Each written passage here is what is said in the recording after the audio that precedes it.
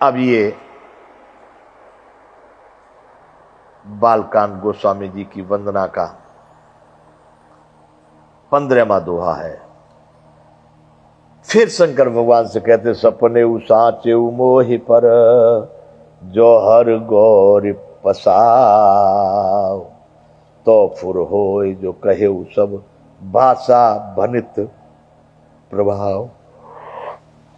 अब कह रहे हैं यहां पर, हे शंकर भगवान, सपने में भी यदि सच्ची ही आप मेरे पर कृपा कर रहे हैं, आपकी कृपा सपने में भी सही में मेरे पास है, मेरे ऊपर है,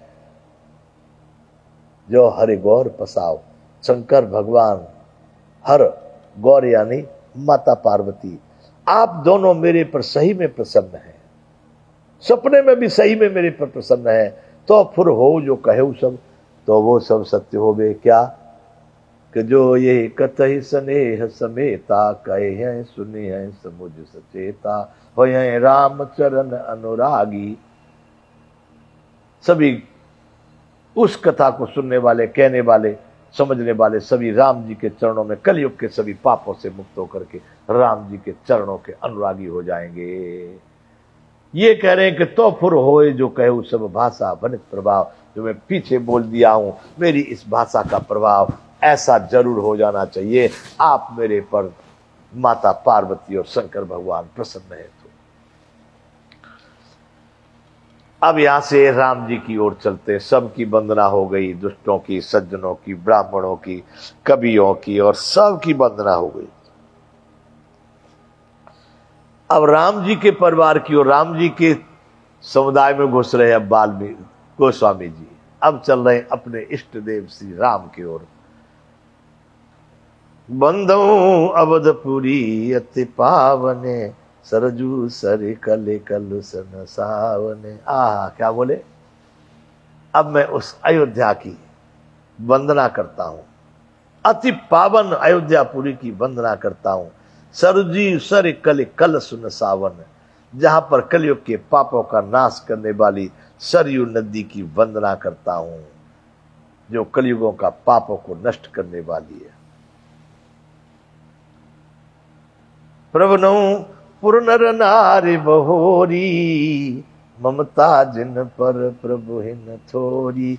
अब मैं अयोध्या नगरी के नर और नारियों की वंदना करता हूं। वहां पर जो भी रहने वाले हैं, गोस्वामी जी कहते हैं, उनको मैं फिर बार बार वंदना करता हूं, जिन पर प्रभु को कम प्रेम नहीं है, अर्थात बहुत ज्यादा प्रेम है श्री राम जी को, तभी तो अयोध्या में आते हैं। मैं उनकी फिर वंदना करता हूं। और सिय निंदक अग ओघ नसाए, लोक विशोक बनाए बसाए। उन्होंने अपनी पुरी में रहने वाले सीता जी की निंदा करने वाले को भी उन्होंने पाप समूह को नाश करके उसको शोक रहित बना करके अपने लोक में बसा दिया। इतना प्रेम अयोध्या नगरी में जो माता जानकी की भी निंदा किया था, उसको भी अपने धाम में पहुंचा दिया। कितना प्रेम अयोध्या वासियों पर श्री राम जी को।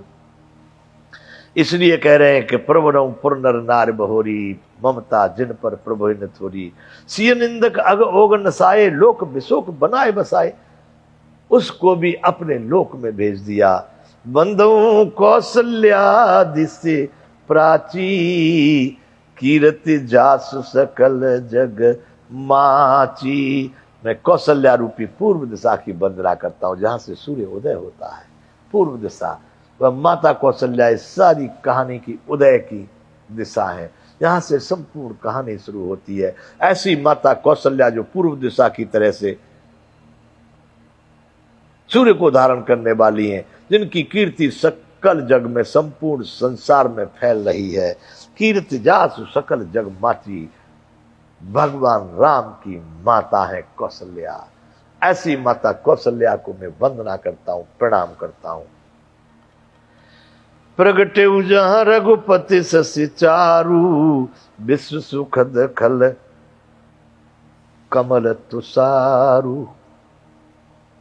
दशरथ राव सहित सब रानी, सुकृत सुमंगल मूर्ति जानी। वरनऊ करऊं प्रणाम करम मन बानी करो कृपा सुत सेवक जानी। वाह। प्रगटे जहां रघुपति सच चारू, माता कौशल्या की जहां पर राम जैसे चार शशि यानी चंद्रमा पूर्व दिशा में दुष्ट रूपी कमलों को रामचंद्र जी रूपी सुंदर चंद्रमा प्रकट चार जहां पर प्रकट हुए कौशल्या माता से, सब रानियों के सहित राजा दशरथ को पुण्य और सुंदर कल्याण की मूर्ति मानकर दशरथ राव सहित सब रानी राजा दशरथ के साथ सभी रानियों की वंदना करता हूं। सुकृत सुमंगल मूर्त मानी, वो सभी पुण्यशाली हैं, मंगल करने वाली हैं। इस मंगल और पुण्यों की मूर्ति समझ करके मैं उन सब रानियों की वंदना करता हूं। प्रणव करो प्रणाम कर्म बनवानी, मैं कर्म वचन मन सबसे आपका वंदन प्रणाम आत्मा से करता हूं। करो कृपा सुत सेवक जानी, अपने पुत्र का सेवक समझ करके आप सब मेरे पर कृपा करें। मैं राम जी का दास बन रहा हूं, मुझे राम का सेवक समझ कर सब मेरे पर कृपा करें। जिन्हें भी रचि बड़ भयउ विधाता, महिमा अवधि राम पितु माता। जिनको रच करके ब्रह्मा जी को भी बढ़ाई पाई। श्री राम जी के माता पिता होने का कारण महिमा की सीमा। जिन्हें भी रचि बड़ भयउ विधाता, विधाता को भी बड़ाई मिल गई। राजा दशरथ और कौशल्या माता अयोध्या के उनका सबकी रचना की विधाता ने, जहां पर कि परमात्मा ब्रह्म रूप श्री परमात्मा सच्चिदानंद घन राम पैदा हुए। उस परमात्मा के माता पिता की रचना की ब्रह्मा जी ने बंधु। परमात्मा के माता पिता मिली कि नहीं महिमा उनको, बड़मपन मिला कि नहीं ब्रह्मा जी को। जिन्हें भी रचि बड़ भयउ विधाता, महिमा अवधि राम पितु माता। दोहा नंबर 16 बालकांड का। बंदऊ अवध भुआल, सत्य प्रेम जेहि राम पद। अवध भुआल अयोध्या के महाराज राजा चक्रवर्ती सम्राट श्री दशरथ जी की मैं वंदना करता हूं।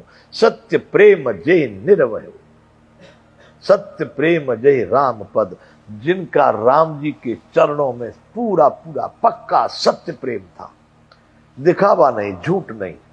बिछुड़त दीन दयाल, जिन्होंने दीन दयालु प्रभु को बिछुड़ते ही प्रिय तनु तृण इव परिहरेऊ, अपने शरीर को एक तिनके को जैसे कैसे छोड़ देते, तोड़ देते, उसी प्रकार से अपने शरीर को अपने प्रिय राम जी के बिछुड़ते ही, उस दीन दयालु के बिछुड़ते ही अपने शरीर को तिनके की तरह से उन्होंने त्याग दिया। ऐसे महाराज दशरथ को मैं बार बार वंदना करता हूं। पुरवनौ पुरजन सहित विदेहु, जाहि राम पद गूढ़ स्नेहु। जोग भोग मौ राख्यु गोई, राम बिलोकत प्रगट्यु सोई। बंधुओं, अब कह रहे हैं कि मैं राजा जनक की परिजन, उनके नगर निवासियों, उनके सगे संबंधियों, उनके पुरजनों सबके साथ मैं महाराज जनक की वंदना करता हूं। प्रवनऊ परिजन सहित, परिजन परिजन कहते परिवार सहित, उनके अपने लोग जो होते, पुरजन कहते नगर निवासी, परिजन कहते अपने लोग, उनके साथ में मैं राजा जनक की वंदना करता हूं। गोस्वामी जी और राम जी के पक्ष में आकर के वंदनाएं शुरू। पहले तो दुष्टों की, साधुओं की, सबकी कर ली, अब या राम जी के। जाहे राम पद गूढ़ स्नेहु, जिनको राम जी के चरणों में बड़ा गूढ़ प्रेम था। कैसा गूढ़ प्रेम कि जोग भोग महु राख्यउ गोई, राम बिलोकत प्रगट्यउ सोई। योग को उन्होंने भोगों में दबा के रख लिया था। योग यानी वो ब्रह्म में रहते थे सदैव। संसार में जो कुछ हो रहा है वो चल रहा है, लेकिन उनका मन वो सदैव स्वयं आत्मा रूप से ब्रह्म में रहते थे। विदेह, देह का उनको भान नहीं, जितना परमात्मा में लीन थे। यहाँ तो जो हो रहा है ये नश्वर पदार्थों में ज्यादा वो रमण नहीं करते थे, लेकिन देखने वालों को लगता था कि ये भी सब काम में लगे हुए, ये भी राजा राज चलाते, ये भी साधारण पुरुष है। तो भोग रोग जोग भोगमो राखे गोई, उन्होंने योग और भोग में छिपा कर रखा था परंतु श्री राम जी को देखते ही वह भी प्रकट हो गया। बंधुओं, जो ब्रह्म में रहते थे, पहली बार जब महाराज जनक ने श्री राम जी को जनकपुर में विश्वामित्र के साथ जब पहली बार देखे, तो जब महाराज जनक गए थे विश्वामित्र को स्वागत करने, उनका सम्मान करने, उनकी पूछने के लिए आए हैं हमारे नगर में। महर्षि विश्वामित्र बड़े विचित्र थे, उनसे लोग बहुत डरते थे, जरा भी त्रुटि नहीं होनी चाहिए। तो महाराज दशरथ वहां गए, लेकिन जब महाराज दशरथ गए, ये जनक जी गए विश्वामित्र से मिलने के लिए, उस समय पर राम जी वहां नहीं थे, संत मंडली थी और संतों में अपने विश्वामित्र जी थे। वहां पहुंचे, उन्होंने जाके प्रणाम किया। महाराज कैसे क्या, इतनी ही देर में ते अवसर आए दो भाई। उसी समय पर राम और लक्ष्मण दोनों वहां पर आए। राजा जनक ने उनको देखा, उनको देखते ही उनको अपने देह की दशा भूल गए। राजा जनक विदेह थे, वो भूल गए राम को।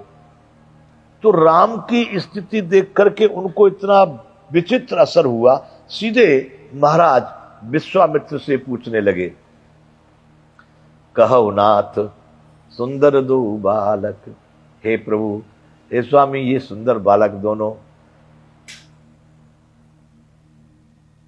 मुनि कुल तिलक के नृप कुल पालक, ये किसी ऋषि मुनि के कुल के दीपक है या किसी राज परिवार के पुत्र हैं, राज परिवार की परंपरा को चलाने वाले हैं।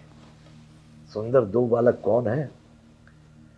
इतना ही कह के रुक नहीं पाए कि जोग भोग मोह राख्यऊ गोई, राम बिलोकत प्रगट्यऊ सोई। वहां राम को देखते ही वो ब्रह्म प्रकट हो गया। इन्हीं बिलोकत अति अनुरागा। आहा, जनक जी ने कह दिया, महाराज ये कौन है? नृपकुल के चलाने वाले हैं या मुनिकुल के पालक हैं कौन? बताइए, क्योंकि इनको देखते ही बड़े प्रेम के अति अनुराग, थोड़ा प्रेम नहीं हुआ। बरबस ब्रह्म सुख है मनु त्यागा।